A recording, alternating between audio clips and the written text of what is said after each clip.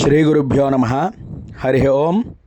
ఇప్పుడు మనం చూస్తున్నటువంటిది భీమఖండంలో గల భీమేశ్వరుణ్ణి పురస్కరించుకుని 108 లింగాలు కూడా మనం చేయడం జరుగుతోంది.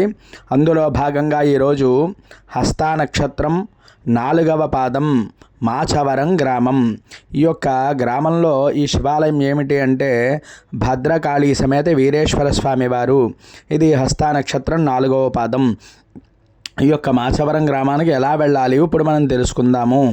ఇప్పుడు మనకి రామచంద్రపురం నుంచి మండపేట వెళ్ళేటువంటి మనకి రూట్లో అయితే మాచవరం అనేటువంటి గ్రామం తగులుతుందండి. మరి ఆ మాచవరంలో దిగి కొంచెం లోపలికి వెళ్ళినట్లయితే మనకి ఆ ఊళ్ళో మరి భద్రకాళీ సమేత వీరేశ్వర స్వామి వారి శివాలయం అంటే ఎవరైనా చెప్తున్నారు. ఆ శివాలయానికి వెళ్ళినట్లయితే కొంచెం లోపలికి అయితే ఉంటుందని, నడిచి వెళ్ళడం అయితే కొంచెం ఇబ్బంది. బండి కానీ లేకపోతే ఆటో కానీ కారు కానీ అయితే చాలా సౌకర్యంగా మనం వెళ్ళడం అయితే చాలా ఈజీగా ఉంటుందండి.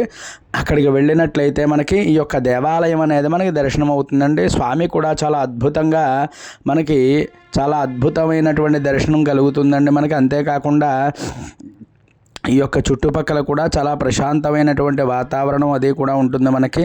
అందువల్ల అందరూ కూడా తప్పకుండా వెళ్ళి దర్శనం చేసుకోవలసినటువంటి క్షేత్రం.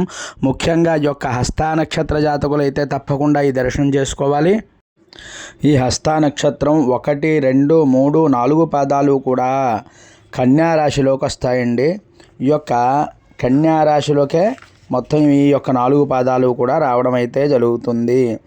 ఈ యొక్క కన్యా రాశికి అధిపతి ఎవరు అంటే బుధుడండి. బుధుడు ఈ యొక్క స్వామివారిని కనుక భద్రకాళీ సమేత వీరేశ్వర స్వామివారిని ఎవరైతే దర్శనం చేసుకుంటారో వారికి ఈ యొక్క నక్షత్ర దోషాలు, ఆ యొక్క రాశి దోషాలు కూడా అయితే తొలగిపోతాయండి. తప్పకుండా ఈ యొక్క హస్తా నక్షత్రం 1వ పాదం కదా 2వ పాదం కదా అని చెప్పి అనుకోకండి. ఈ 4 పాదాలు దర్శనం చేసుకున్నట్లయితే సంపూర్ణమైనటువంటి నక్షత్ర దేవత యొక్క అనుగ్రహం అయితే మనకు కలుగుతుందండి. హస్తా నక్షత్రానికి సవిత్రు అంటే దీనికి కూడా సూర్యుడే అధిపతిగా ఉంటుంది. సవిత్రు అంటే సూర్యనారాయణ స్వామి పేరులో కూడా వస్తుంది. మరి అందరూ కూడా హస్తా నక్షత్ర జపాన్ని అయితే చేయండి. అది మనకి సాధ్యపడకపోతే ఓం నమః శివాయ, ఓం నమః శివాయ అంటూ అందరూ కూడా స్మరణ చేసుకోండి. అంతేకాకుండా సవిత్రే నమః అంటూ జపం చేయాలి. అంతేకాకుండా స్వామివారిని ఒక్కసారి దర్శనం చేసుకోండి. ఇప్పుడు మీకు చండీశ్వరుని చూపించడం జరిగింది, అలాగే నందీశ్వరుని కూడా మనం దర్శనం చేసుకోవడం అయితే జరిగింది. మరి స్వామివారి భద్రకాళీ సమేత వీరేశ్వర స్వామివారు ఒక్కసారి భక్తి శ్రద్ధలతో నమస్కారం చేసుకోండి.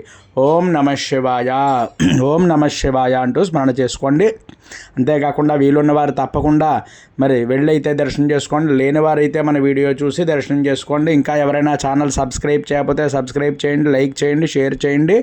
హరి ఓం తత్సత్.